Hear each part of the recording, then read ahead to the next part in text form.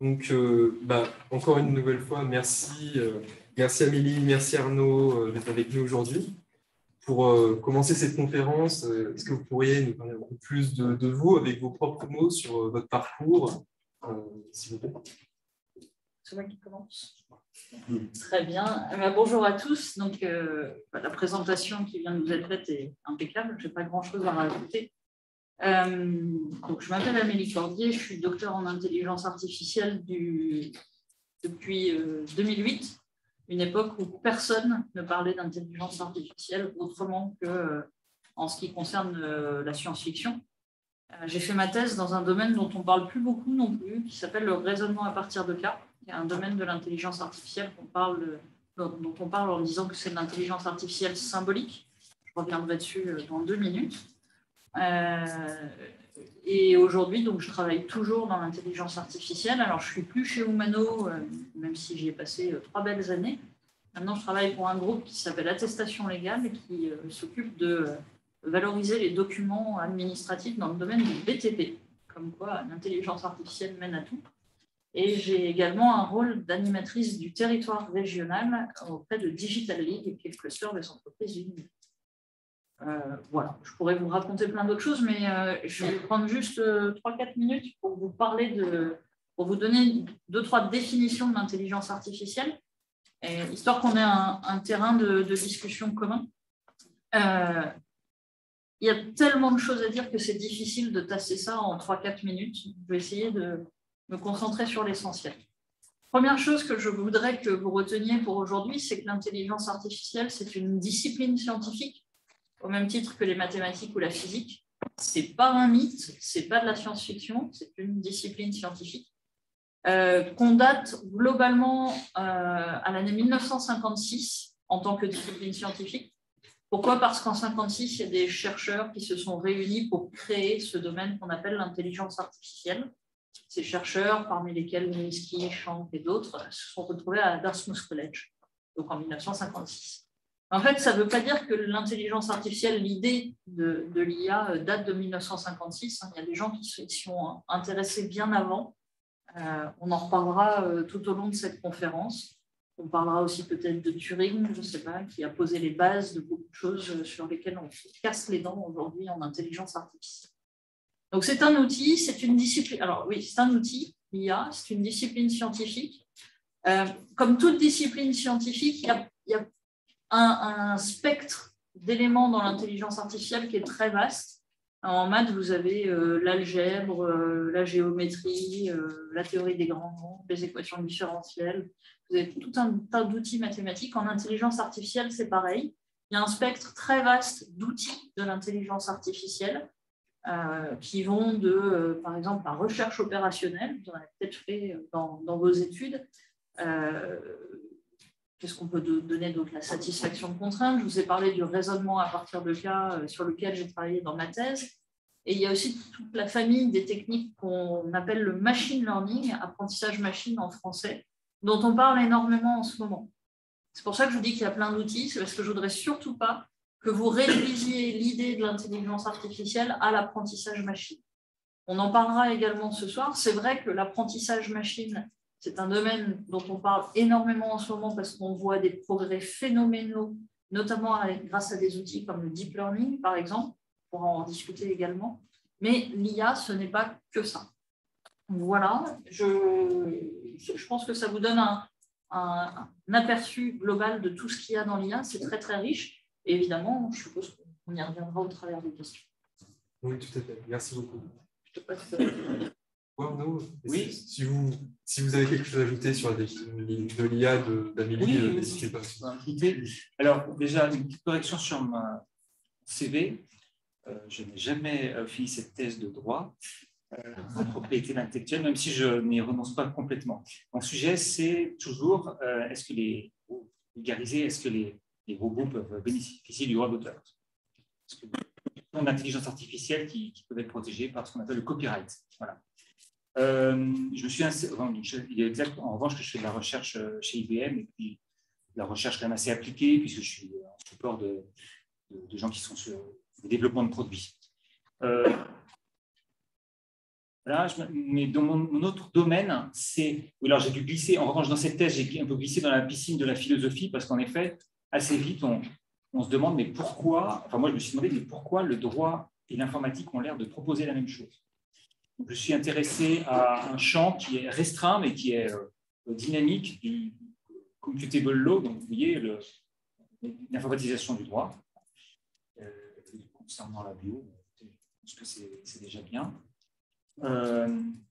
Oui, et mon sujet vraiment actuel, c'est l'informatique soutenable. Voilà, et en fait, je la conçois comme quelque chose de très proche des questions d'éthique donc, pour moi, tout ça est intégré. Il faut trouver un modèle où on arrive à faire tout d'un seul mouvement, d'une manière très élégante, de faire du business, un business qui soit légal et qui soit durable. Voilà.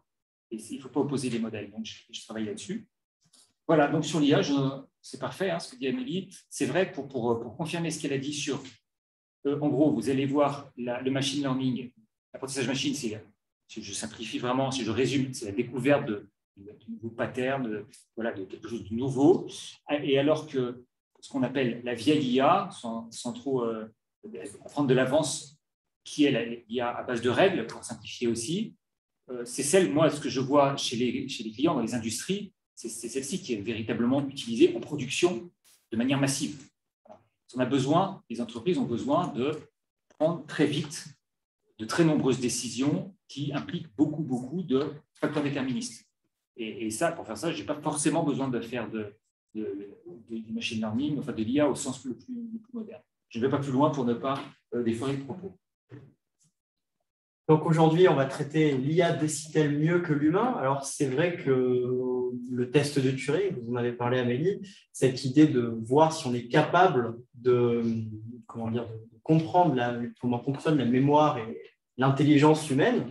En 2018, Google avait dit qu'ils avaient réussi avec leur assistant le test de Turing. Dans les faits, c'est un peu plus compliqué. Quelle est la place de l'intelligence humaine actuellement dans le monde de l'intelligence artificielle? Puisque souvent, on a ce cliché de dire l'IA nous contrôle et donc on est face à une boîte noire qu'on ne maîtrise pas.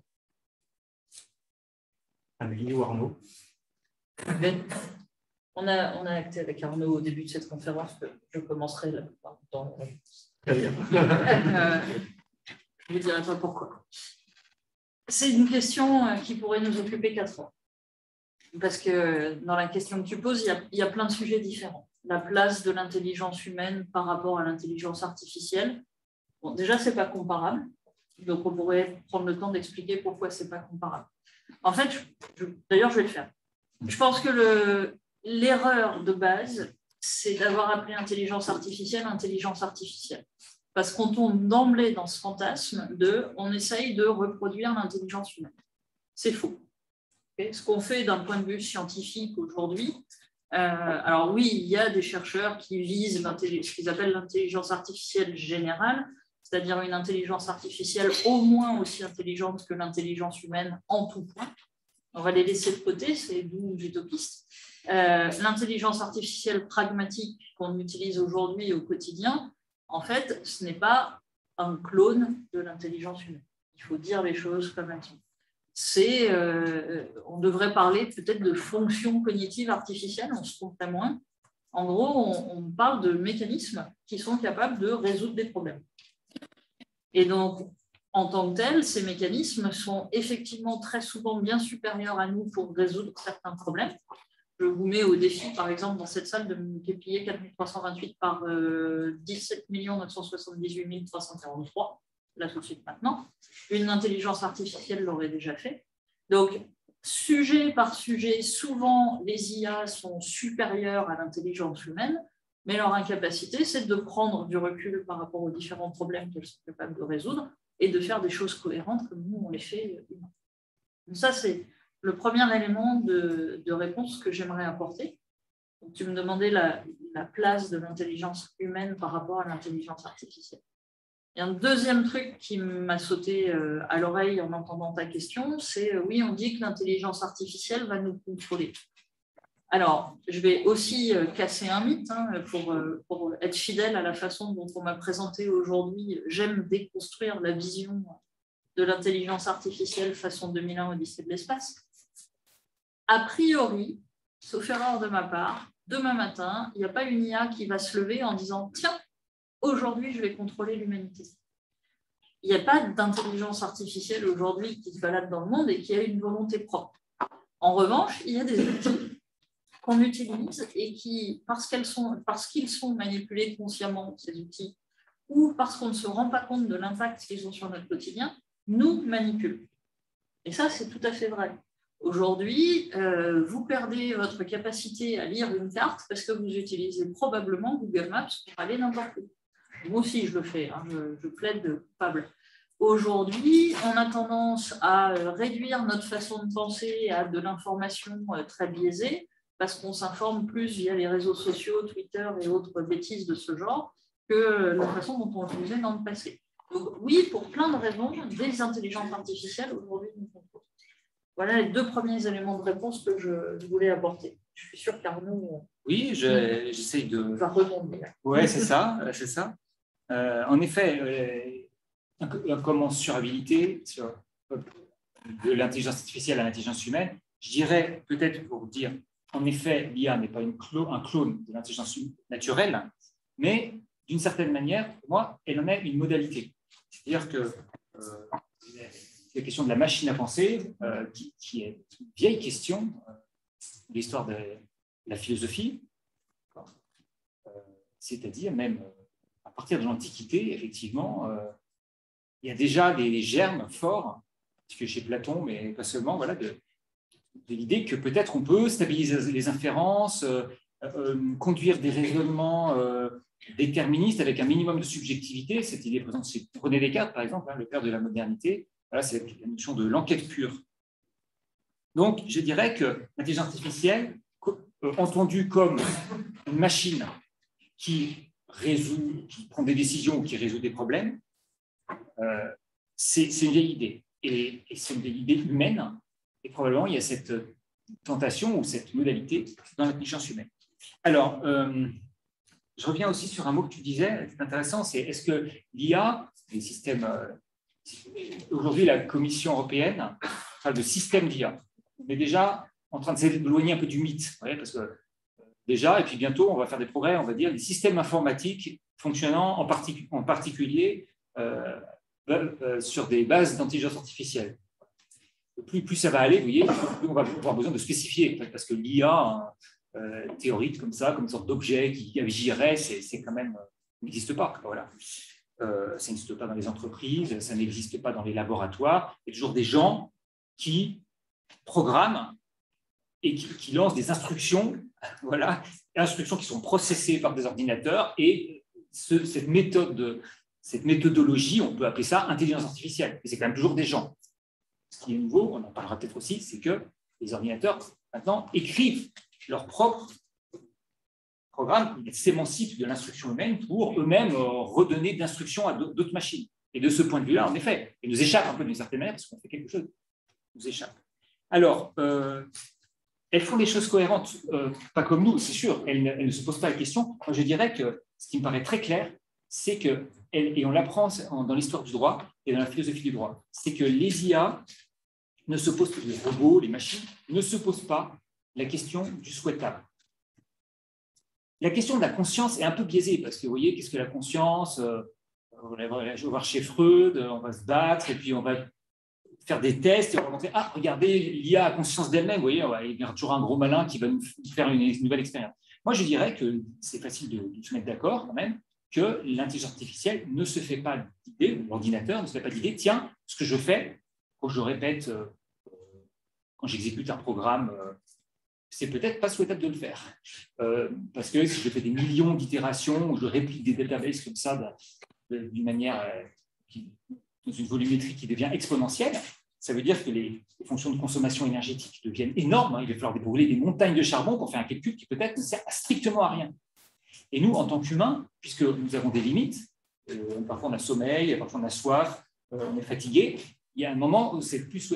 Même si je cours, il y a un moment, je vais arrêter de courir parce que je sais que sinon, je vais mourir. Vous voyez. Donc, c'est ça le côté de caractère, avis sur le souhaitable. Et une machine n'a pas d'avis sur ce qui... n'a pas de notion de ce qui est souhaitable ou pas souhaitable. Peut-être pour finir, cette petite incartade, c'est de dire que pour reprendre un moine et juriste du XIIIe siècle, voilà, Richard de Mediavilla, c'est une dissection très importante et très intéressante, moi je trouve, entre les anges et les hommes. Il travaille sur les anges, voilà, c'est de la théologie, vous voyez. Et puis à un moment, il dit, les anges sont intellectuels, les hommes sont rationnels.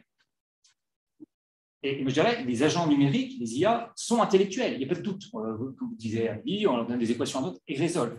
Et le compute à l'infini, si vous voulez. C'est un jeu parfaitement intellectuel d'agents numériques qui n'a pas de limite. On pourrait parler des limites du hardware, mais l'informatique est basée sur le fait qu'on a une décorrélation du software. Donc le software n'a pas de limite, il peut se permettre d'être parfaitement intellectuel, comme un ange. Mais l'homme, la femme, voilà, est obligé d'être rationnel. Donc là, la rationalité d'aujourd'hui, c'est beaucoup, on regarde, il fait chaud, on regarde le thermomètre et on mesure ce qui nous reste comme pétrole à brûler. Et voilà, ça c'est un exemple de rationalité. Vous voyez, ça n'empêche pas après de mettre des intelligences artificielles, de les utiliser pour améliorer notre compréhension du monde. Mais moi, je ferais cette distinction-là que je rapproche de la question de avis sur le souhaitable. Et ça, peut-être qu'on aura l'occasion de développer à proximité de ces deux notions. Merci beaucoup pour votre réponse. Beaucoup d'éléments. Alors, j'ai une première question pour embrayer sur vos propos, Arnaud, sur la question historique de l'IA. Vous avez dit que finalement, ça remontait à plusieurs siècles, voire plusieurs dizaines de siècles. Oui, voilà. Oui. Et est-ce que vous avez un exemple concret qui vous parlerait de à quoi ça pouvait ressembler? Tout à l'heure, on faisait un petit concours avec Amélie, je crois que c'est elle qui a gagné. Donc, l'anecdote du plus vieux, voilà, dans l'Antiquité égyptienne, là, je m'incline. Mais en fait, je donnerai un seul exemple dans mon champ de compétences, qui est le droit. Et ce n'est pas si vieux, puisque on va prendre un juriste peut-être du XVIIe siècle. Ce juriste-là, du Nord, disait il faut faire du droit comme les mathématiciens, suivant la méthode des mathématiciens. En effet, la méthode scientifique était née, voilà, ils se parlaient entre eux, les savants, vous voyez. Et il avait trouvé ça, il disait, mais nous, alors, c'est pas le premier, et puis il s'appuie sur d'autres, parce que c'est toujours regarder de qui il s'échappe, de la pensée de qui il s'échappe. Mais donc, c'est un exemple, parce que si vous voulez, pour moi, les ordinateurs sont avant tout des machines prescriptives, c'est-à-dire que vous programmez, vous expliquez, vous prescrivez un processeur comment il va devoir se comporter, vous donnez un ordre. Et le droit est devenu une machinerie prescriptive à ce moment-là, un peu avant, un peu après. C'est-à-dire, on a dit, un homme, c'est comme une machine, on va lui donner une série d'instructions, et puis ils vont obéir. Et s'ils obéissent, c'est mieux, parce qu'ils vont exécuter l'ordre, la prescription. Donc, moi, si je me concentre sur ce domaine qui m'intéresse particulièrement, c'est la pensée prescriptive, voilà. Eh bien, on peut dire que, en effet, déjà au moment où naît la méthode moderne, des prescripteurs, qui sont les juristes et les théologiens, vous voyez, c'est un peu les mêmes, parce que à l'université là-bas, à l'époque, c'était comme ça, eh bien, se disent, on va prescrire des choses selon la méthode des mathématiciens, en appliquant des méthodes scientifiques. J'espère que ça t'inspire des choses. Mais dans cette idée de appliquer l'IA et l'IA juridique, etc., on sait que dans l'intelligence artificielle, on a besoin de données pour essayer de un peu gérer, créer ces algorithmes-là. Et moi, ma question est la suivante, c'est est-ce que plus on a de données, est-ce que mieux on va réussir à avoir une IA qui va aller dans notre sens et qui va réussir à faire de quoi les programmer? Par exemple, quand je veux faire un IA juge, par exemple, est-ce qu'on va réussir à faire tout ça si on a plus? Alors, je pense qu'Amélie peut nous parler des données. C'est le bon moment, je pense, pour vous expliquer clairement la différence entre les approches déterministes et les approches que je vais qualifier globalement de statistiques, qui ne fonctionnent pas de la même manière et qui ne donnent pas les mêmes résultats et pour cause. Ce dont Arnaud parle, quand il emploie les termes de prescription, c'est d'une approche déterministe où on considère qu'en fait, on peut représenter le monde de nos connaissances sous forme d'un ensemble de faits et éventuellement de règles qui s'appliquent sur ces faits. Donc, on peut désigner un individu, on peut désigner une procédure à suivre, et puis on peut appliquer des règles qui disent que, par exemple, si l'individu ne suit pas la procédure, alors telle sanction doit s'appliquer. Et à partir de ça, on peut appliquer du raisonnement logique. Et c'est toute la famille de l'intelligence artificielle symbolique évolue dans cette direction. Et renvoie à la notion notamment de circularité. On parlait de Turing tout à l'heure. Donc, en fait, ce qu'on dit quand on dit ça, c'est que l'intelligence artificielle, en fait, c'est une machine qui est capable de s'approprier les faits et les règles et d'effectuer des raisonnements explicables là-dessus. Dans ce sens, par exemple, on pourrait imaginer de faire un juge artificiel qui s'assure que tous les faits sont vérifiés, que toutes les règles sont bien appliquées et que toutes les conclusions logiques qu'on obtient sont valides. Et puis, on observerait, par exemple, s'il s'agit, je ne sais pas, de sanctionner quelqu'un, on observerait que l'individu X n'a pas exécuté la règle Y, qui est une volera point, il a volé, et donc il mérite qu'on applique la règle Z, qui est le tueur en prison. Aujourd'hui, quand on fait de l'intelligence artificielle, en particulier du machine learning, donc de l'apprentissage machine, on est dans ce deuxième champ de l'intelligence artificielle dont tu parles, où on essaye de construire des modèles de la réalité à partir des données. Quand on parle d'apprentissage, et tu dis on a besoin de beaucoup de données, quand on parle d'apprentissage, c'est qu'en fait, on va utiliser effectivement beaucoup de données pour entraîner, c'est important le terme entraîner un modèle de la réalité. Donc, en fait, ce qu'on va faire, c'est qu'on va fabriquer un espèce de machin qui peut être soit un réseau de neurones, soit un ensemble de fonctions mathématiques, soit un classifieur. Je vous expliquerai les termes techniques si vous le souhaitez. Mais en fait, on va entraîner un espèce de machin qui croit, enfin qui ne croit pas parce qu'il n'a pas de volonté propre, mais dont on croit qu'il reflète la réalité. Et à ce moment-là, quand tu dis est-ce qu'on peut faire si on a assez de données, est-ce qu'on peut faire un juge? Ben oui, on pourra sûrement faire un juge qui, au mieux, nous ressemble, c'est-à-dire qui sera capable, dans des conditions similaires, de prendre des décisions similaires. Et on perd un petit peu la notion d'explicabilité, c'est-à-dire que comme nulle part dans le système on a modélisé les règles, on va juste dire, bah, tiens, lui, on va le punir, on va l'envoyer en prison. Pourquoi? Bah, parce qu'il ressemble à lui, lui et lui, et lui, on les a déjà envoyés en prison. Okay, c'est très caricatural, hein, mais c'est important, à mon avis, de bien faire la différence entre l'intelligence artificielle symbolique, où on est capable de comprendre et d'expliquer chaque étape du processus, et l'intelligence artificielle dite numérique ou statistique, où on apprend à généraliser à partir des données. Quand on apprend à généraliser à partir des données, alors il y a des avantages et des inconvénients. Les avantages, c'est qu'effectivement, s'il y a beaucoup de données, on est capable de faire des généralisations assez précises et assez efficaces. Et donc, par exemple, de prédire avec une relative certitude qui est votre futur âme sœur ou qu'est-ce que vous allez acheter au supermarché la prochaine fois que vous irez. Et donc, les opportunités de business sont énormes. Et en même temps, le problème, c'est qu'on a tendance à reproduire, souvent gratuitement et sans se poser la question de est-ce souhaitable, les biais classiques de notre société. Bon, peut-être que si ça se trouve, vous n'allez pas acheter un Mars la prochaine fois que vous allez au supermarché, mais que comme on trouve que vous allez le faire, on va vous le recommander. Et donc, puisqu'on vous le recommande, vous allez le faire.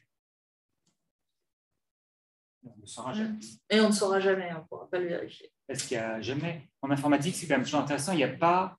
C'est ça qui devient un peu compliqué. C'est qu'il n'y a pas possibilité de refaire le film en enlevant une variable. Et la réalité, elle a cet inconvénient d'être linéaire, avec une notion de thermodynamique du temps. Quand c'est passé, c'est trop tard, voilà, et on ne sait pas. Je voudrais rebondir sur une chose que vous avez dit chacun. Alors, sur l'exemple de la prison et du souhaitable, il y a derrière une notion éthique. Est-ce qu'il est possible d'encoder des valeurs éthiques ou est-ce qu'il y a des choses qui peuvent échapper aux mathématiques et finalement, ce que disait Galilée, le fait que le livre de l'univers est écrit en langue mathématique, est-ce que c'est pas faux? Bon, là, je prends un parti pris, je fais l'avocat du diable, voilà, mais... Moi, j'ai une idée là-dessus, c'est que les valeurs ne faisant pas partie de l'univers, elles ne sont pas expliquées en mathématiques. pour moi, les valeurs sont vides. C'est-à-dire que les valeurs, même les valeurs générales, si vous voulez, si j'affirme là une valeur générale, vous allez être éventuellement d'accord avec moi ou pas, une valeur éthique. Mais quand il s'agira d'agir, surtout dans une situation difficile, ça ne va pas tellement nous gouverner. Alors souvent, on a tendance à reconstruire a posteriori en disant « j'avais oublié telle valeur, telle valeur ». Mais si on part de cette idée que la valeur, elle n'est pas, c'est pas un principe actif, et c'est pas, vous ne mettez pas ça dans le cocktail chimique et puis ça n'agit pas vraiment. La valeur, c'est du discours qui peut éventuellement être un peu performatif parce que quand on y croit tous, on a la tendance peut-être à faire quelque chose. Mais est-ce que c'est ce quelque chose, est-ce qu'il réalise ce que le dernier philosophe avait dit de la valeur? C'est même pas sûr. Vous voyez, mais bon, les valeurs ne sont pas agissantes, ou en tout cas pas comme on croit, donc elles ne sont pas calculables. Donc on peut mettre. Alors ce qui est calculable, c'est le mot. Donc on peut prendre des tas de données de jurisprudence et aller chercher. Donc dans le juge européen, il utilise des tas de valeurs, d'accord. Et donc on peut trouver des proximités dans les ontologies. Et puis on va dire le principe d'égalité se rapproche du principe de liberté. Et on peut faire ça. Mais pour moi, on est dans un jeu purement théorique. On ne parle ni de la pensée du juge, ni de son intention, ni de quelque chose de souhaitable dans la société, ni de ce que les juristes pensent que le droit devrait être. On fait une sorte de jeu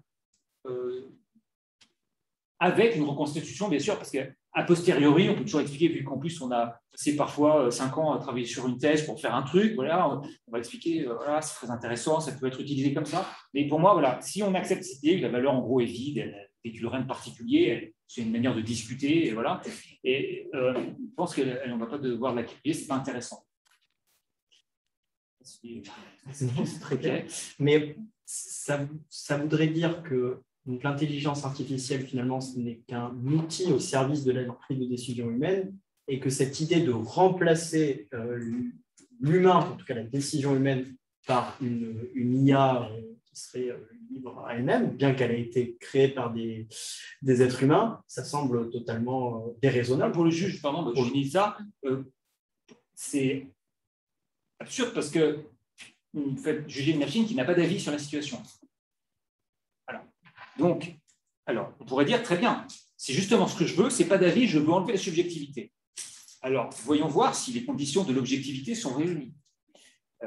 Eh bien, ça serait un peu long, mais non, elles ne le sont pas, parce que, si vous voulez, le droit n'est pas une sorte d'objet cohérent, stable, parfaitement rationnel, qui serait une sorte de système fermé, qui ferait que dès que j'enlève des humains, ça devient super rationnel. Non, le droit, c'est une construction hyper lente, complexe, imprévisible, irrationnelle au possible.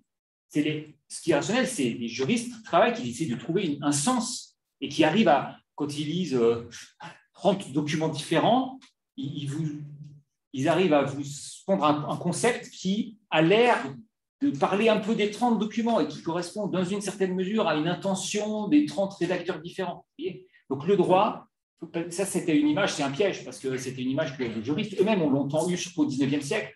Et quand on est devenus tous un peu kantiens, on a pensé que le droit, il y a des principes, ils se déclinent les uns des autres, il faut déduire les règles de droit, c'est toujours cette histoire de machine à juger, vous voyez. Mais pour répondre en un mot, je crois que tout ça c'est une... Alors, l'informatique comme outil de productivité et d'injustice, discutons-en, c'est pas facile, mais il faut faire quelque chose, voilà. Mais l'informatique comme moteur à juger, autant le lancer. Ce serait moins cher de prendre une pièce et de faire et plus économe énergétiquement. Parce qu'en fait, ce n'est pas que le gros plus rationnel, et vous pouvez rajouter donner les angles que vous voulez.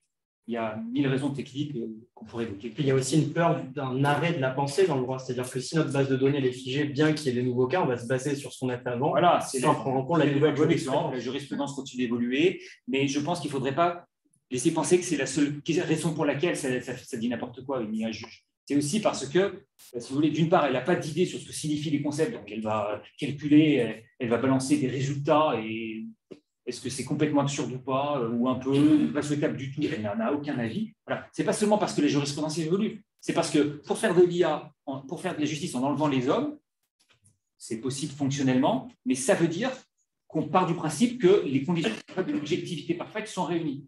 Et alors là, pardon, mais ils n'y sont pas. dans votre introduction, vous avez dit que l'intelligence artificielle mène à tout et que finalement, je n'ai pas envie de déformer vos propos, mais c'est qu'elle se retrouve partout aujourd'hui, si j'ai bien compris. Est-ce qu'elle n'empiète pas un peu sur le monde des humains?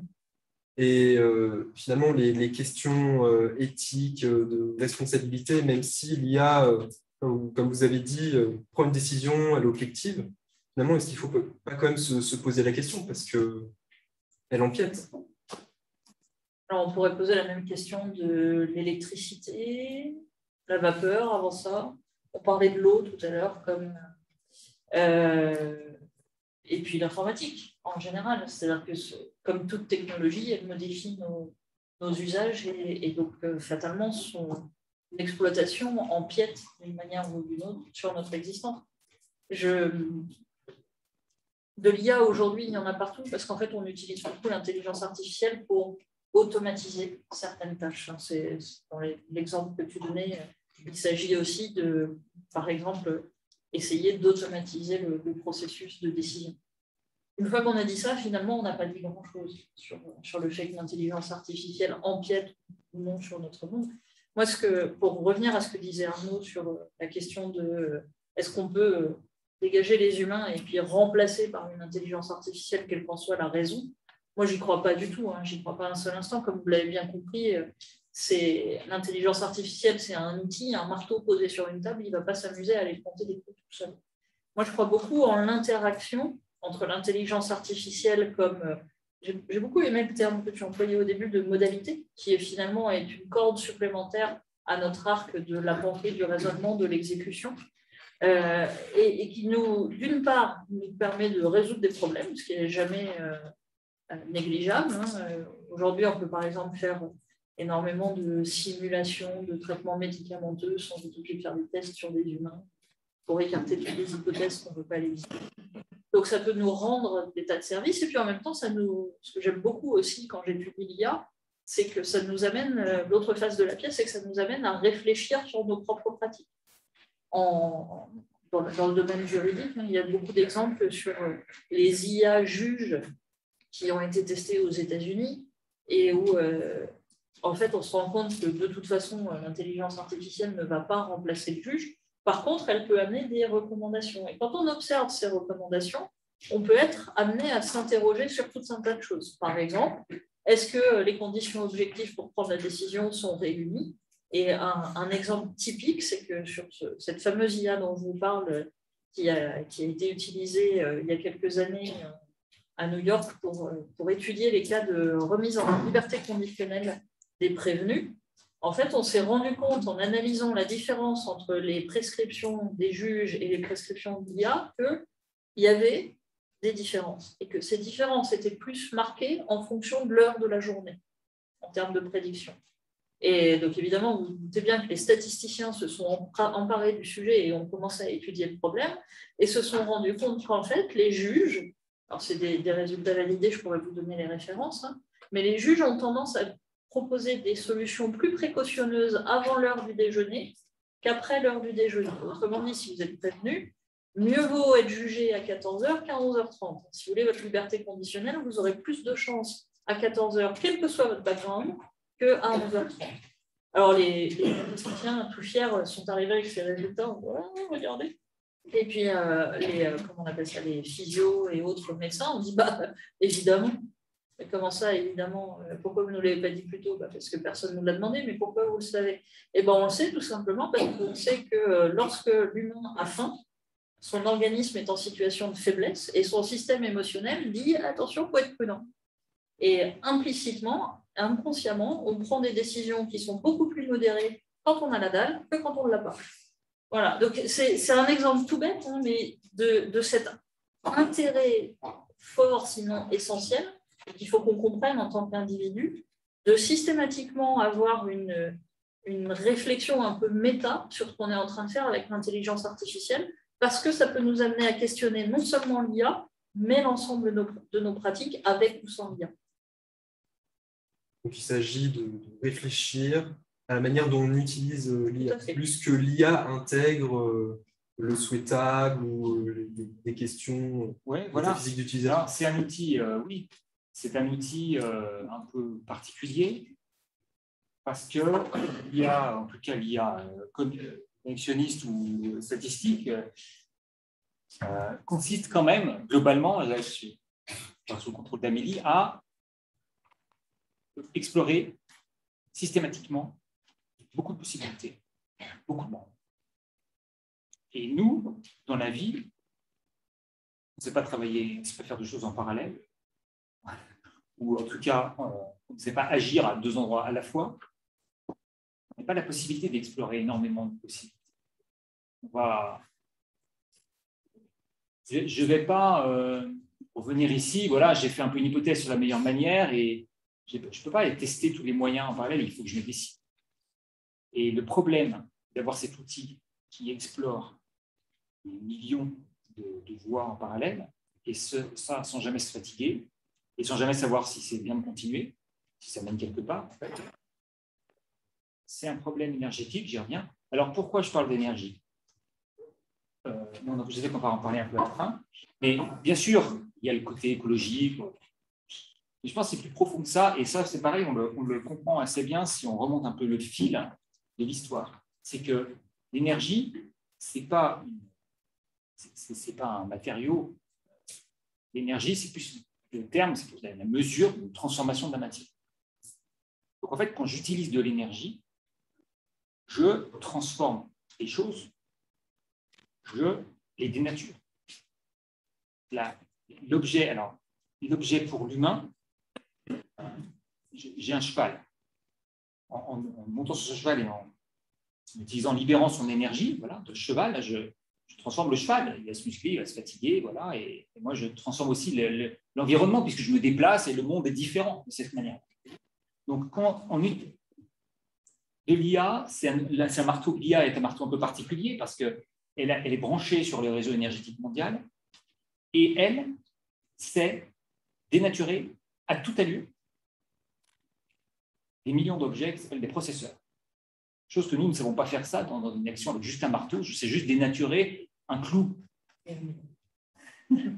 Voilà, je soumets ça à votre sagacité.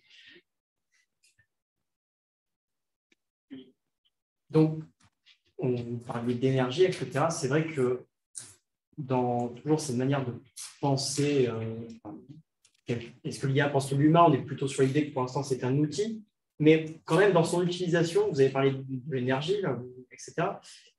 Est-ce qu'il ne faut pas aussi dans la manière de penser l'IA prendre les conséquences d'une utilisation trop importante de l'IA, etc. Est-ce que par exemple c'est pertinent de faire tourner une IA qui brûle à chaque fois la moitié de l'Amazonie? Je ne suis pas sûr. Donc comment tous ces impacts écologiques, comment on les prend en compte dans la manière de penser notre algorithme, dans la manière de le créer? C'est moi qui commence. Alors, c'est une excellente question.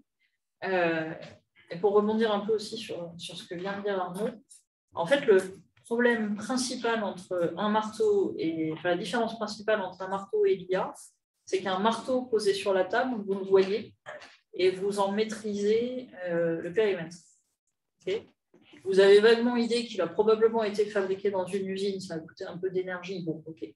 Mais globalement, le marteau, on voit où il est. Aujourd'hui, avec l'intelligence artificielle, et en particulier le développement de tous les services dans le fameux cloud, on a cette impression que l'IA, c'est intangible, que c'est virtuel, que ça n'existe pas. On ne voit pas les data centers tourner, on ne voit pas la banquise fondre, on ne voit pas l'énergie produite. Bref, on ne prend pas conscience de ce que consomme l'utilisation de notre marteau intelligence artificielle.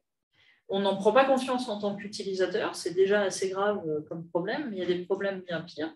C'est qu'aujourd'hui, vous l'avez bien compris, il y a une croissance exponentielle des gens qui s'intéressent aux outils de machine learning et de deep learning, donc apprentissage machine, apprentissage profond, probablement les technologies les plus énergivores de l'IA. Et ces gens-là, en fait, arrivent devant un écosystème d'outils qui se sont déjà occupés de bien virtualiser toute l'intelligence artificielle comme il fallait. Et donc, c'est facile de télécharger des gigas de bases de données pour entraîner des gigas de modèles juste pour faire un TP, parce que monsieur machin a dit qu'il fallait faire un TP. Donc, il y a beaucoup d'études en ce moment, il y a beaucoup de consortiums de chercheurs qui se rassemblent, il y a des think tanks, il y a des clusters, il y a plein de gens qui réfléchissent à comment faire de l'IA et plus généralement de la tech, on va dire, tu as employé soutenable tout à l'heure, j'aime beaucoup soutenable, mais donc qui soit énergétiquement efficiente by design, par conception. Et donc, en fait, ça veut tout simplement dire que, il faut former les gens à ce genre de choses, il faut leur expliquer quel est l'impact énergétique, écologique, matériel, parce que finalement, ce qui coûte le plus cher dans tout ça, c'est probablement les composants électroniques et nos téléphones, qui sont dans nos téléphones portables. Donc, essayez d'abord de prendre conscience. Pour ça, il faut former, éduquer, diffuser l'information. Et ensuite, réfléchir à des solutions qui permettent d'optimiser les algorithmes d'intelligence artificielle qu'on utilise. Oui, aujourd'hui, on fait un peu n'importe quoi et il n'y a pas encore de cadre juridique qui nous impose on va dire, d'envisager l'IA avec une certaine mesure. En plus, on est en permanence dans une concurrence internationale qui fait que c'est très difficile d'imposer des règles. À l'échelle nationale et européenne, il y a des projets de loi qui sont en cours là-dessus, notamment la loi REEN. Si vous n'en avez pas entendu parler, je vous invite à aller regarder de quoi il s'agit. C'est responsabilité environnementale et écologie numérique. Voilà, donc comment on fait? On essaye d'être un peu plus parcimonieux dans son usage de l'intelligence artificielle. Mais quels sont les moyens justement pour éduquer cette population? Parce que certes, il y a une éducation qui doit être... J'imagine que cette éducation, pour qu'elle fonctionne, doit surtout être citoyenne aussi. Et ça, est-ce que vous avez des idées d'actions concrètes qui sont mises en place justement pour essayer de faire bouger les choses? Pour l'instant, c'est au point mort. Bon. Moi, j'ai ma petite proposition, je la donne. Et je bosse, alors j'aime bien restituer un petit peu.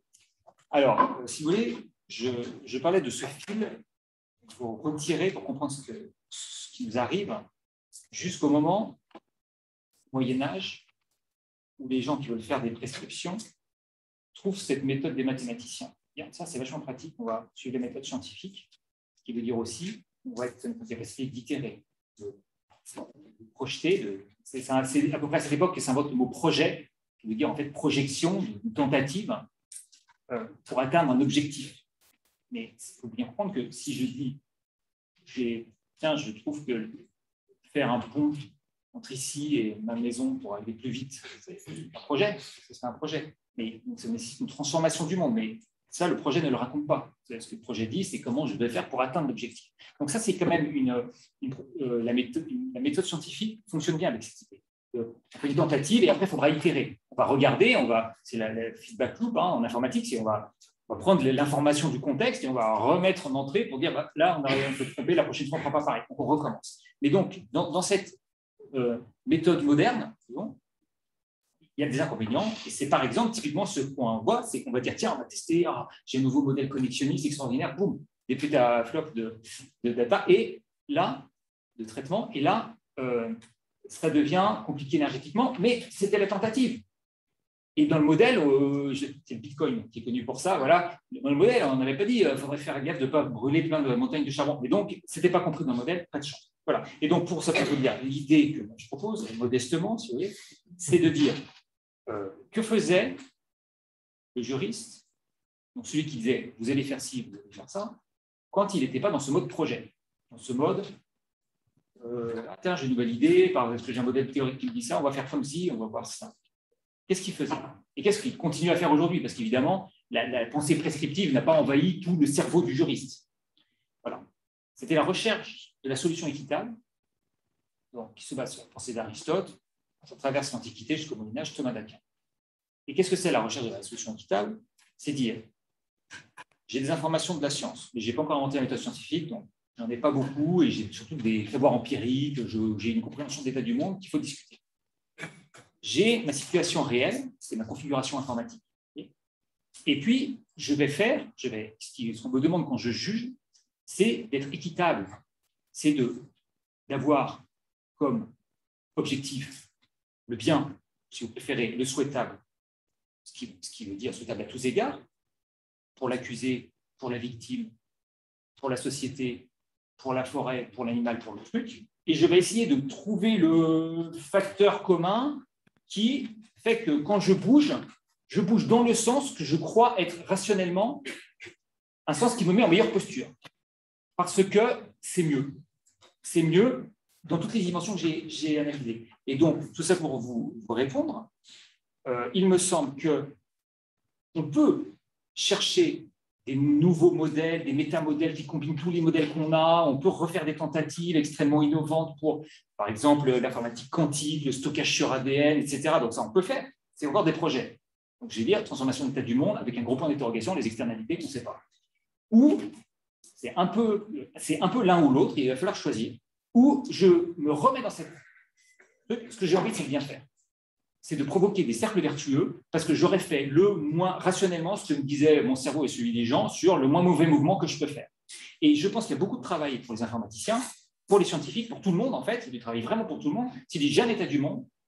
Au lieu de tester tous les modèles scientifiques que tous les gens intelligents dans le monde ont comme idée pour voir s'il n'y en a pas un qui marcherait pour sauver la planète, je vais dire, jeune état du monde est complexe, je mets tout le monde au boulot sur essayer de comprendre la réalité et trouver les options équitables, celles qui minimisent les inconvénients. Voilà. Et en particulier, il faut mobiliser des vertus de prudence et un caractère, par exemple, démontable simplement la rétro-ingénierie, voilà, des systèmes d'information. Quand je vois, j'ai fait un énorme truc hyper complexe qui brûle des masses de charbon, j'avais prévu que peut-être c'était pas bien. Je clique là et hop, ça disparaît, j'en fais un mieux. Ça, on peut le faire à la design, à la conception. Donc, on fait des services informatiques.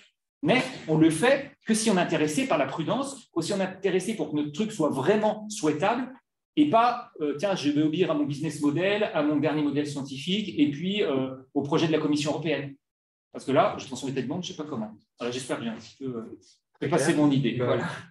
Merci beaucoup, Bernard, parce que, comme dirait Thierry Henry, le temps n'a pas le temps pour le temps. On va se passer aux questions. Très bonne citation. Il regarde sa montre et tout. C'est incroyable sur YouTube. Aux questions, à moins que Amélie vous fait un dernier mot, rebondir. Non, prenons des questions. Prenons les questions, parfait. Vas-y.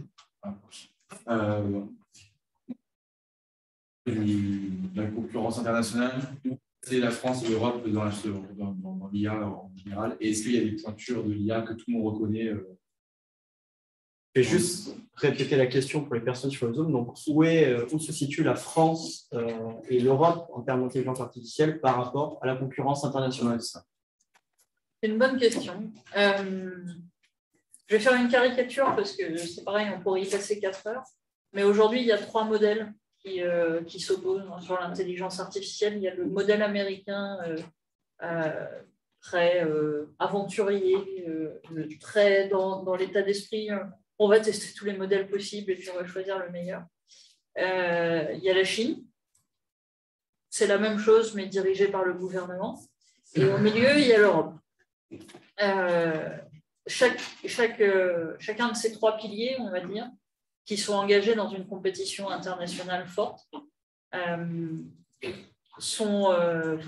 comment pourrais-je expliquer ça sans trop trancher, défendent vraiment des systèmes de valeurs radicalement différents. Aux États-Unis, on est dans un monde de l'entrepreneuriat et de l'innovation, quoi qu'il en coûte, et sans trop de respect pour la vie privée ou la protection intellectuelle, qu'elle soit personnelle ou industrielle. En Chine, comme je l'ai dit, c'est exactement pareil, mais en plus, tout ça a une force de frappe qui est significativement supérieure puisque les données sont agrégées à l'échelle du gouvernement avec carte blanche pour partager ces données pour certaines entreprises. Et au milieu, il y a l'Europe qui essaye de défendre un système de valeurs qui est relativement incompatible avec le mode de fonctionnement de l'intelligence artificielle, machine learning, deep learning d'aujourd'hui.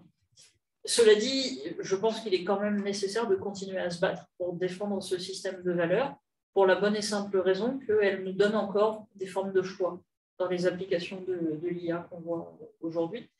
En termes de qualité scientifique, les Français, je ne suis pas du tout cocorico, mais il faut bien reconnaître que les chercheurs en intelligence artificielle en France sont très nombreux à être excellents. Beaucoup de ces cerveaux ont déjà été achetés à prix d'or par les Américains ou par les Chinois, et donc sont partis là-bas. Aujourd'hui, la dernière fois que j'ai regardé la statistique, c'était en 2019. Ce n'est pas mise à jour, mais en 2019, 80% des responsables R&D ou CEO des boîtes d'intelligence artificielle aux États-Unis étaient des Français. Voilà, il faut le savoir, hein, c'est assez impressionnant. La figure peut-être la plus connue aujourd'hui, c'est Yann Lequin, qui est VP Recherche de Facebook, donc qui est basé aux États-Unis, qui bosse à NYU et qui a un lab en France qui s'appelle FAIR, et qui a eu la médaille Fields d'informatique en 2019 pour sa contribution au deep learning. Il y en a d'autres, hein, par exemple Luc Julia, qui est le cofondateur de Siri et qui est maintenant chez Samsung. Je crois qu'il a rebougé depuis, mais qui a longtemps été VP Recherche de Samsung. Il fait passer chez Renault, je crois, entre-temps. Voilà, donc il y en a plein, des chercheurs brillants, et il y en a plein d'autres Français. Non, c'est ça. Il y a le RGDP, vous avez vu, qui est un peu dans le droit européen, un outil de compétitivité, évidemment outil éthique, puisqu'il s'agit de faire de la privacy, mais vous avez des amendes significatives. On peut taxer un peu les étrangers, les entreprises étrangères, qui ne joueraient pas le jeu. Et je rebondis après, on a une autre question par rapport à ça. Les Français sont issus d'écoles en particulier en France, où il y a des centres où on forme mieux à l'IA, où ça vient un peu partout. Oui, sûrement.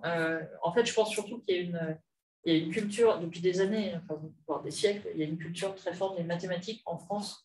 Et aujourd'hui, les outils de machine learning et de deep learning sont fortement basés sur les capacités mathématiques. Et donc, en fait, c'est la pyramide naturelle de la compétence. On est très, très fort en maths depuis très, très longtemps. Du coup, on a beaucoup de gens qui sont très, très forts en intelligence artificielle par construction.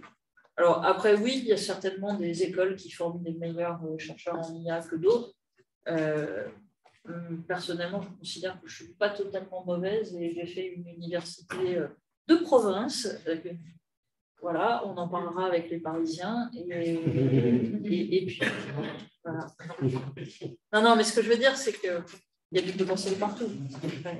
Je n'ai pas envie de vous dire, oui, il faut absolument aller là et là, parce que c'est la contrôle. Si c'est une élite, cette vision en France. Je pense que c'est un état d'esprit et une volonté. Ouais. Et ça vient de loin, aussi, parce que Descartes, Pascal, etc., Jacquard, tous ces gens-là étaient français. Et l'IA, ce n'est pas que des maths, c'est aussi du langage et de la logique et d'autres choses. Vive la France. Des questions sur le Zoom aussi. Sur le Zoom. Pas pour le moment. Pas pour le moment. N'hésite pas à mettre un petit message, poser une question. Super. D'autres questions dans la salle? C'est le moment. Toujours difficile. Je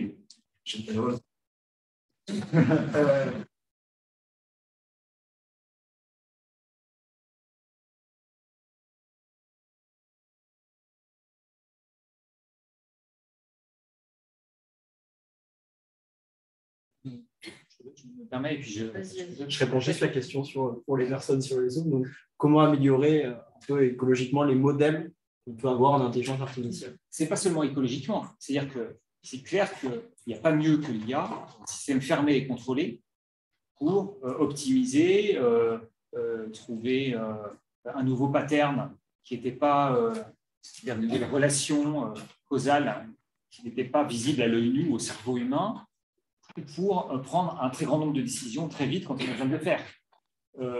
Donc ça, l'IA est clairement porteuse de promesses, de vraies promesses de bénéfices sociaux, économiques, écologiques.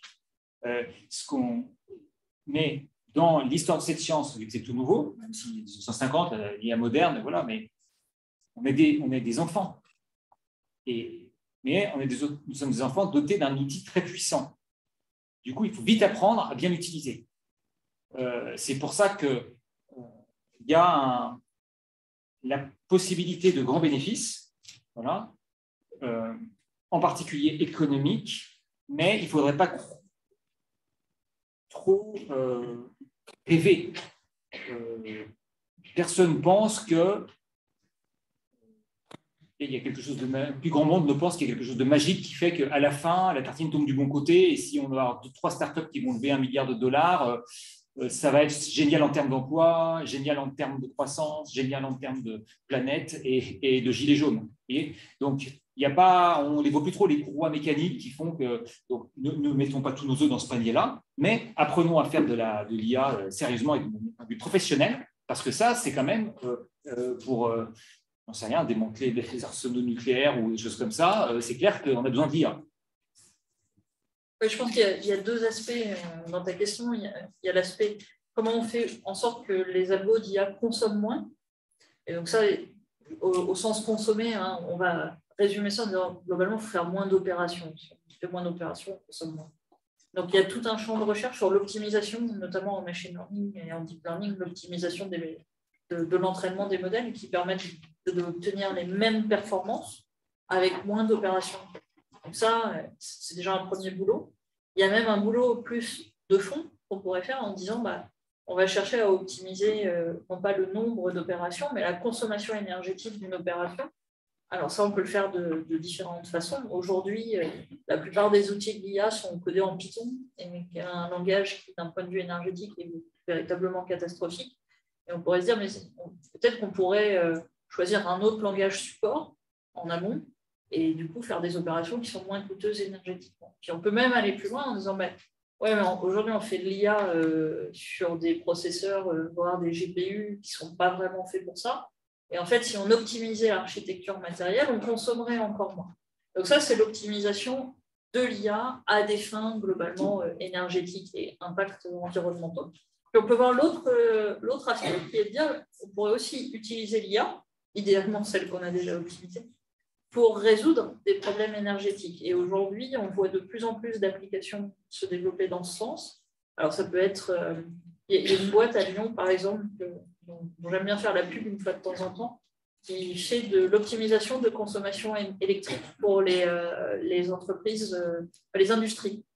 Donc en gros, ils analysent la consommation énergétique de l'industrie, qui en général a des grands fours qui consomment trop d'électricité, et ils font des recommandations en disant tu devrais charger tes fours comme ça, les allumer à telle heure et faire ceci, et tu consommerais moins. Ça, c'est un exemple vertueux de l'utilisation de l'IA. Alors, si ça pouvait se généraliser, on ferait des trucs bien. Reste à prouver que l'IA qui fait la recommandation consomme moins que le four, mais bon, ça, c'est un autre sujet. Et puis, il y a d'autres exemples. Il y a énormément d'applications aujourd'hui en agriculture, où on fait par exemple des tracteurs intelligents qui sont capables d'aller pulvériser des pesticides sur la base de reconnaissance d'image au moment où le tracteur passe. C'est-à-dire qu'au lieu de pulvériser des pesticides dans le champ, ils pulvérisent un petit jet sur les salades et les mauvaises herbes qui veulent faire crever et pas les autres. Résultat des courses, 90% de pesticides en moins en utilisant ce genre de technique. Donc ça, c'est des petites applications, c'est des gouttes d'eau dans un océan de trucs qu'on a à faire. Mais tant qu'à faire, je préfère utiliser de l'IA pour ça que pour vous recommander des vidéos sur TikTok. En termes de est-ce souhaitable à choisir, moi je veux bien bosser sur les tracteurs plus que sur TikTok. Je crois aussi que le centre de tri de déchets de Lyon, et ça arrive tout dans les poubelles, c'est tout mélangé et c'est une IA qui fait de la reconnaissance d'image à droite à gauche. Donc on a toujours des tas d'utilisations très favorables. On a besoin de professionnels qui aient ce goût du challenge intellectuel, de regarder les coûts totaux de possession, les ROI sans se faire arnaquer par des promesses fallacieuses. On a besoin de bons gestionnaires pour comprendre, objectiver les endroits où c'est bon pour le business et les endroits où je suis juste en train de perdre de l'argent. Moi, j'ai une question. Vous avez parlé de petites choses à faire avec l'IA. Comment nous, à notre échelle, en tant qu'étudiants lambda, entre 18 et 30 ans pour donner une grande fourchette, on peut faire quelque chose sur ce sujet, justement? Je sais pas si j'ai raté l'info. Je vais répéter la question pour la caméra. En gros, c'est comment nous, étudiants, début de vingtaine, nous pouvons faire quelque chose pour l'IA. Pour agir avec l'IA en ayant conscience que ça peut avoir des impacts néfastes sur la leçon. Comment agir avec l'IA tout en ayant conscience de ses implications. Voilà. Oui. Non, vas-y. Ok. Vous êtes à l'école, dans une école prestigieuse qui a une durée de vie qui ne date pas d'hier. Et votre rôle, votre job là, quand vous êtes étudiant, c'est de vous former. Faites-le sérieusement. Et il y a beaucoup de travail pour acquérir tous collectivement une meilleure rationalité. Tout ce que vous pouvez casser comme mythe, comme idée fausse, c'est parfait. Donc, on vous propose un modèle de management, vous avez une question des limites. On vous parle d'un indicateur, il est aveugle à quoi? On vous propose une méthodologie de preuve. OK, qu'est-ce qui ne me dit pas sur les externalités? Le job, pour moi, le job des gestionnaires, des gens, je ne suis pas de gestionnaire, voilà, qui étudient en école de commerce, c'est de sortir de l'idée que les sciences économiques sont une science, sortir de l'idée que on vous donne un package d'outils et vous avez qu'à être bon dans l'utilisation de ces outils et à la limite neutre, parce que tout ça, c'est du pareil au même et c'est que du business. Il y a toujours des significations, il y a toujours un souhaitable ou un pas souhaitable. Tout est polarisé ici. Donc, dans une entreprise, alors bien sûr, une entreprise, ça crée des emplois, ça fait des tas de choses bien, et derrière, ça laisse un nuage, comme un paquebot, vous voyez, même en croisière, c'est dans un endroit sympa, mais ça laisse un nuage derrière. Donc, il y a besoin de gens intelligents, bien formés, qui connaissent les outils, qui connaissent leurs limites et qui appliquent ça en entreprise tous azimuts. Parce que quand vous arrivez vers un patron et qu'il sent que vous avez les bases, mais que derrière les bases, vous avez l'esprit critique, et ce que vous avez envie, c'est que son business aille mieux en vrai, et sans faire des dégâts considérables autour, avec un risque juridique énorme, etc., vous allez intéresser. Donc pour moi, ce que vous pouvez faire, c'est ça. Je suis 100% d'accord, en fait.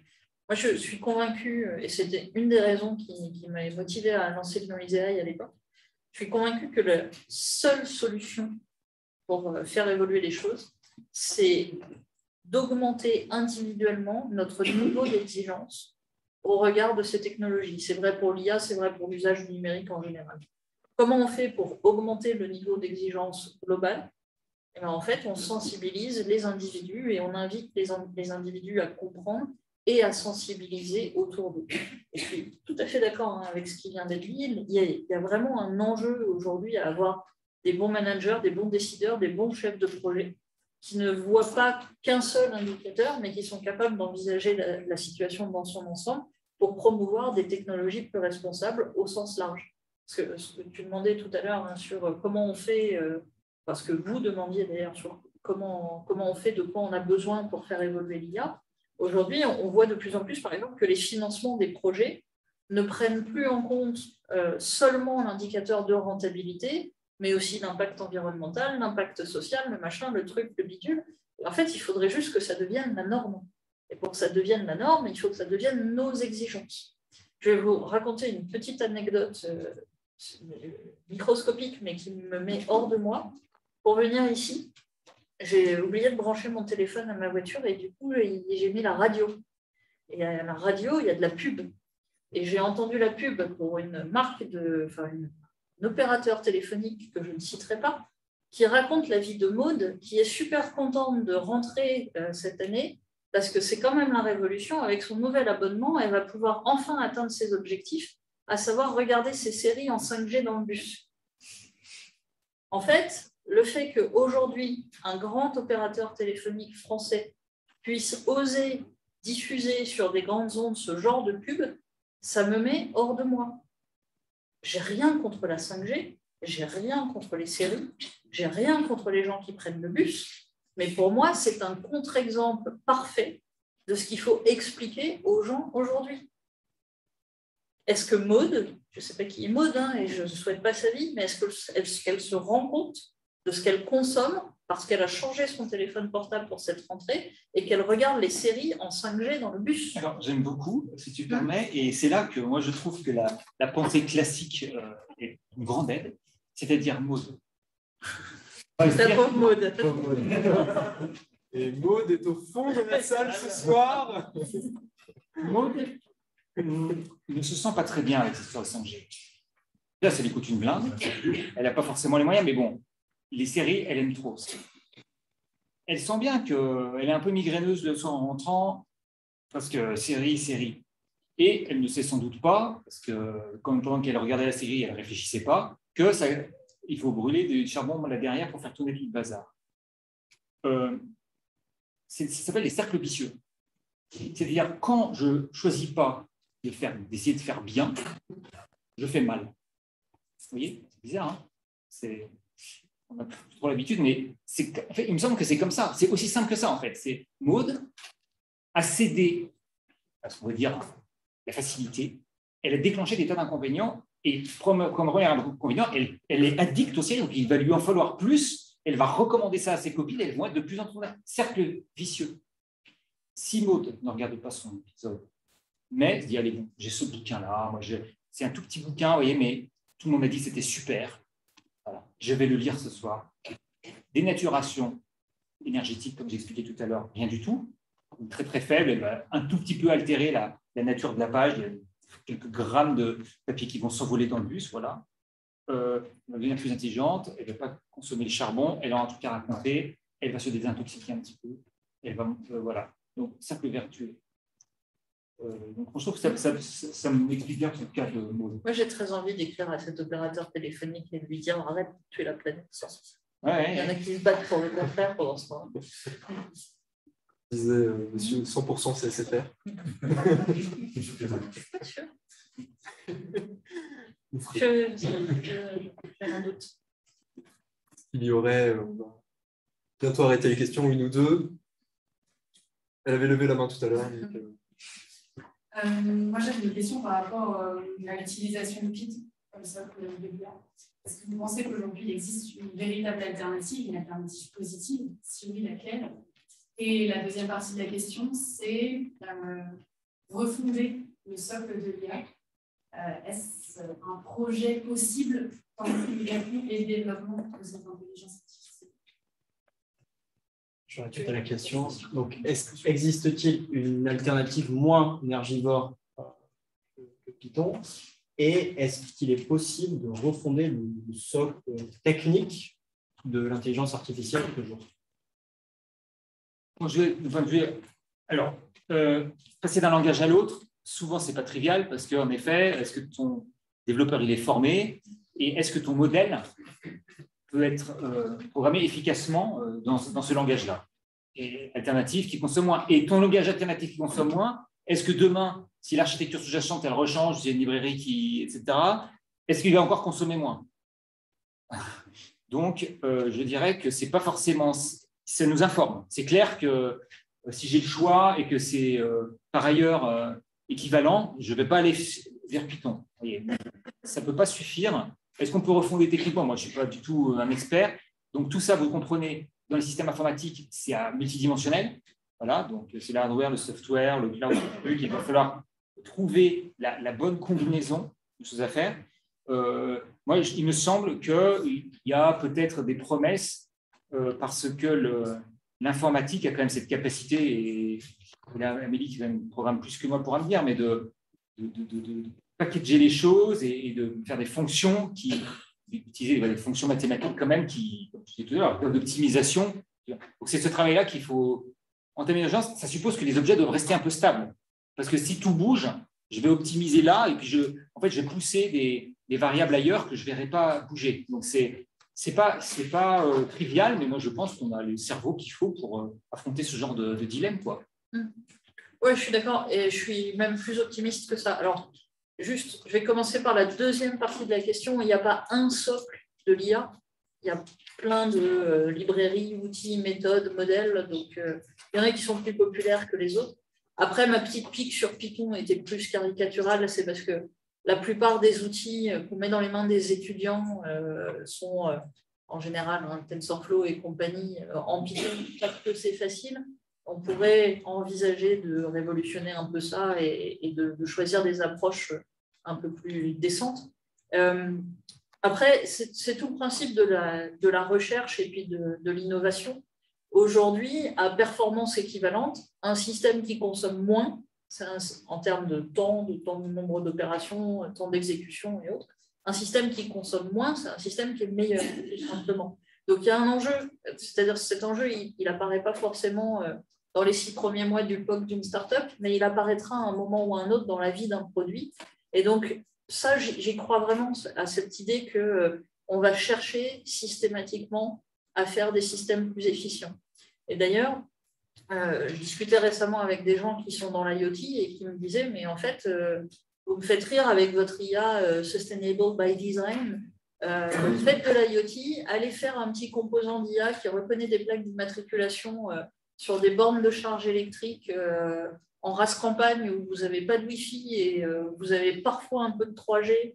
Et puis l'électricité que vous avez, c'est fait pour charger les voitures, pas pour alimenter votre composant. Croyez-moi que vous allez faire de l'IA efficace. Okay, donc, en fait, tous ces environnements contraints, soit par l'absence d'énergie, soit par l'absence de réseau, soit par la vitesse, soit par le fait qu'on les envoie dans l'espace, par exemple, nous amènent à innover, à faire des modèles plus efficaces et du coup, ensuite, par capillarité, finalement, retransmettre ces bonnes pratiques à des outils qui seront un peu plus mastodontes et qui ont moins d'urgence à évoluer. Le risque, c'est vraiment l'approche dogmatique. C'est-à-dire, je veux du cloud partout, je veux du Python partout. Non, il y a des situations, des configurations qui exigent des choix techniques différents et il faut les reconnaître.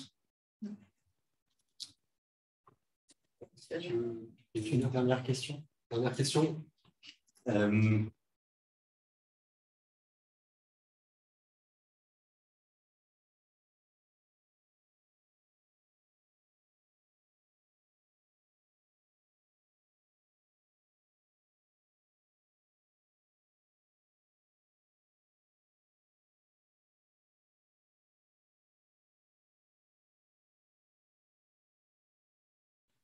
C'est vrai. Pour répéter,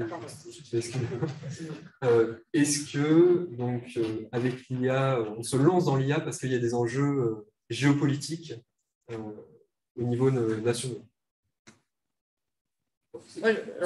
J'ai une réponse de chercheur, je te laisserai. Je pense sincèrement que les chercheurs se lancent dans l'IA par intérêt intellectuel avant tout.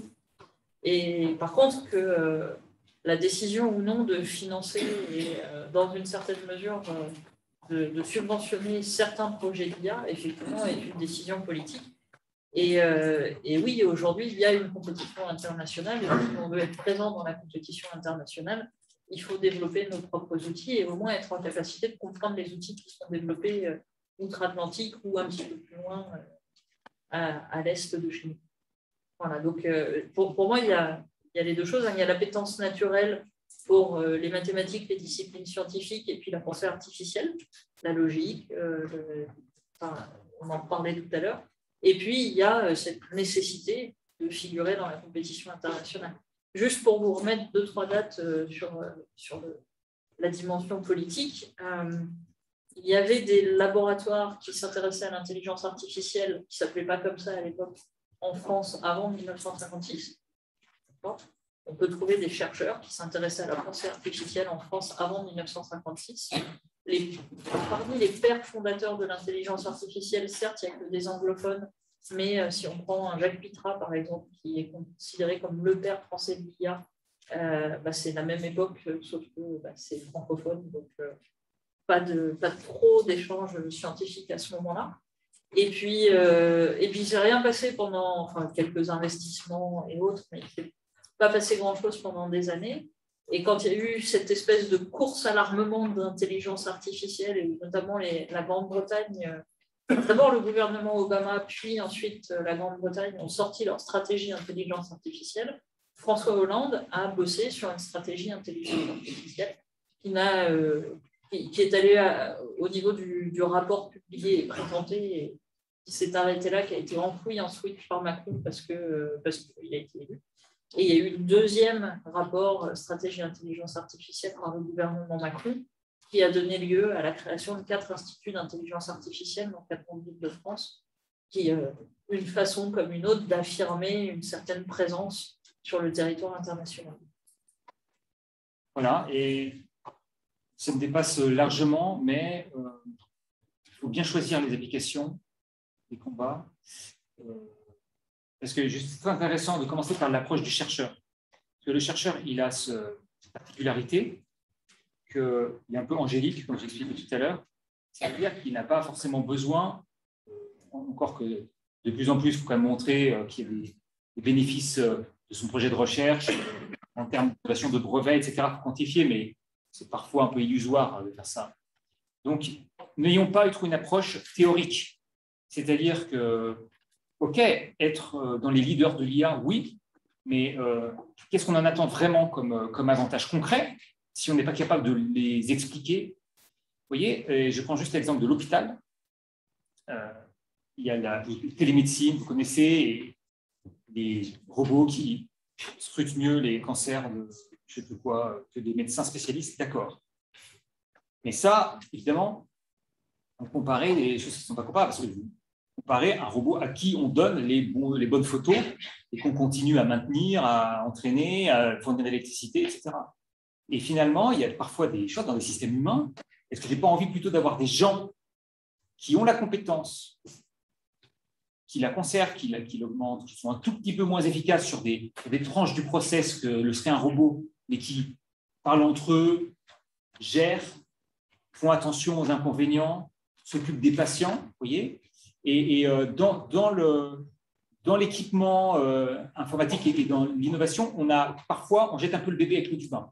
C'est-à-dire, peut-être qu'il y a beaucoup d'argent pour l'IA de la santé qu'on pourrait simplement mettre pour que les infirmières arrêtent de déprimer et de démissionner.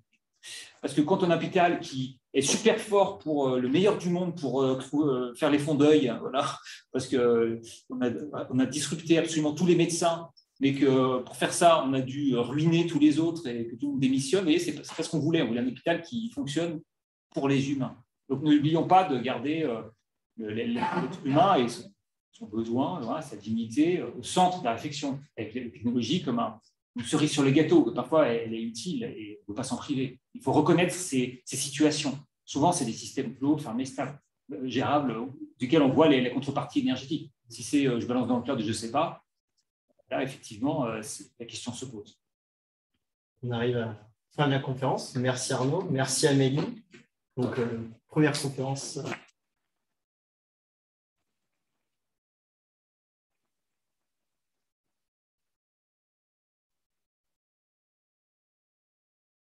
Donc, c'était la première conférence de la semaine de l'IA. On aura des événements toute la semaine, n'hésitez pas à venir. Et merci à Forum d'avoir fait cet événement. Un applaudissement pour Forum.